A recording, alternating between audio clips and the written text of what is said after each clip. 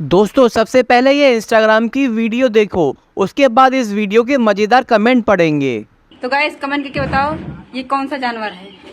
Comment करके बताओ, देखिए कि क्या पता है।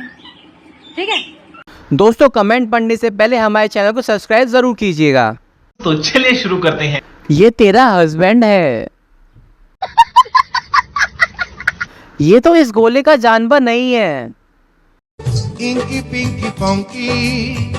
देखने में तो हाथी जैसा लग रहा है।